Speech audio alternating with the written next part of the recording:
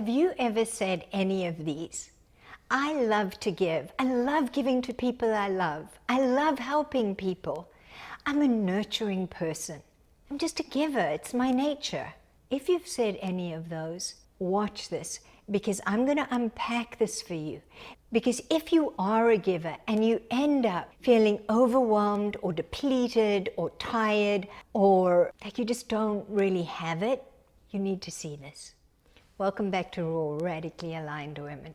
I'm SJR. I've been coaching women for 30 years, empowering them to attain full personal and financial freedom. Because when you're on fire, you light up the world. So, it's not that any of those statements are untrue. It's not that you're not a giving person, a loving person, that you don't love to help.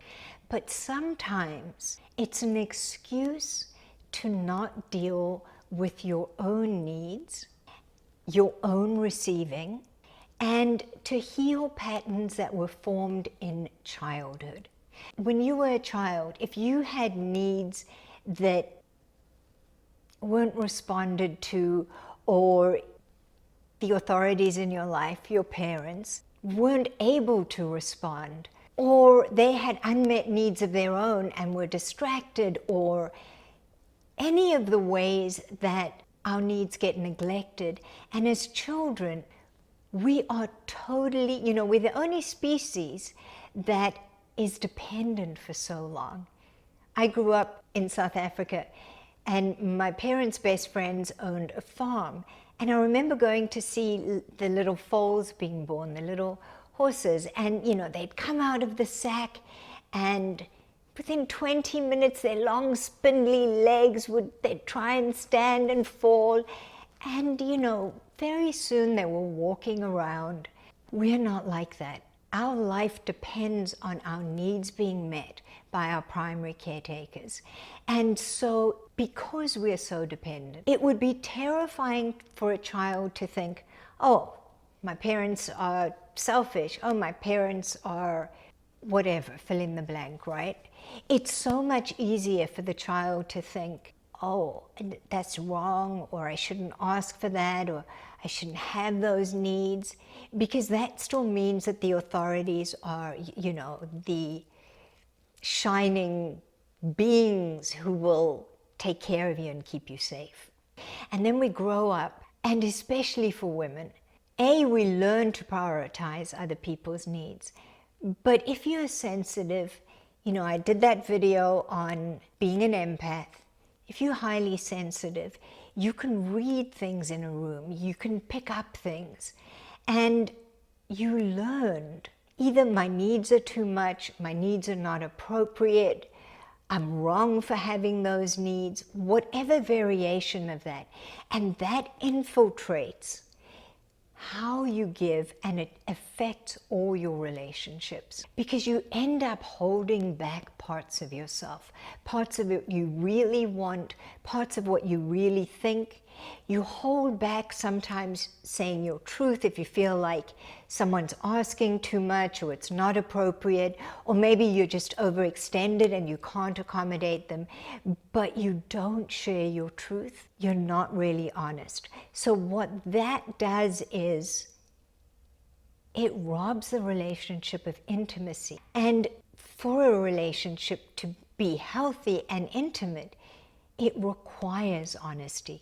So you get in the habit of not saying things. I can remember sometimes wanting to say something, and then the thought would just keep playing in my head, but I wouldn't actually express it. Especially if I wanted to ask for something or ask for help.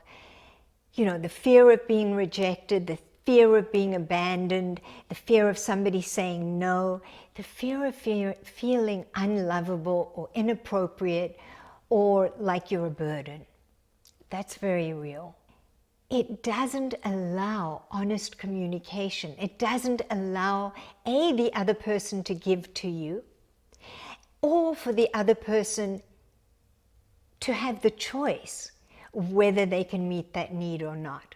It also, when you keep giving and don't ask to receive, not only do you eventually end up feeling either resentful, angry, tired, depressed, overwhelmed. These are all mechanisms telling you something's off, it's not in alignment. Not only that, but you're controlling the amount of intimacy in the relationship, because it's vulnerable to receive, it's vulnerable to ask, and it's vulnerable to receive. So if you don't do that, you kind of have your armor on, you protected, and that doesn't allow the vulnerability and the softening and the opening and the receiving and the giving. And you end up resentful because you're depleted, because all the output is not allowing the receiving to be filled back up. So you keep giving and you end up, your cup is empty and you feel like you don't have anything to give, or you just off, or you get sick, which is a way of you actually. Me getting sick was one of the ways when I was a child that I did learn to receive. So my mom would be really concerned, and then I could just be there and not feel like I had to take care of anyone else or take care of my mom. So what are the ways that this manifests for you? Your unmet needs will be expressed. So you often hear about acting out, and I've talked about this before. Acting out doesn't mean, oh, bad behavior. Acting out means that which is not verbalized, which is not verbally articulated or expressed, will be expressed, acted out in our behaviors. So sometimes we get passive aggressive or avoidant, or whatever those ways that we have of trying to compensate. Then the relationship holds an element of dishonesty.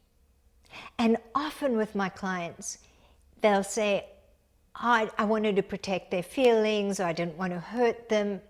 I want you to listen closely to this. That's the story. We always have a story. That's the story, I'm protecting them. But probably the deeper truth is, you're protecting yourself.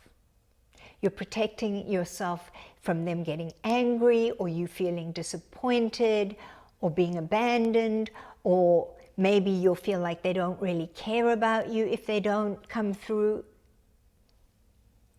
Manifesting is about who we're being. If these things are going on, they are impacting, they are being communicated to the universe, and that is reflected back to us. Receiving is one of the biggest blocks, not receiving, is one of the biggest blocks to manifesting. And I've said this before because it's so critical.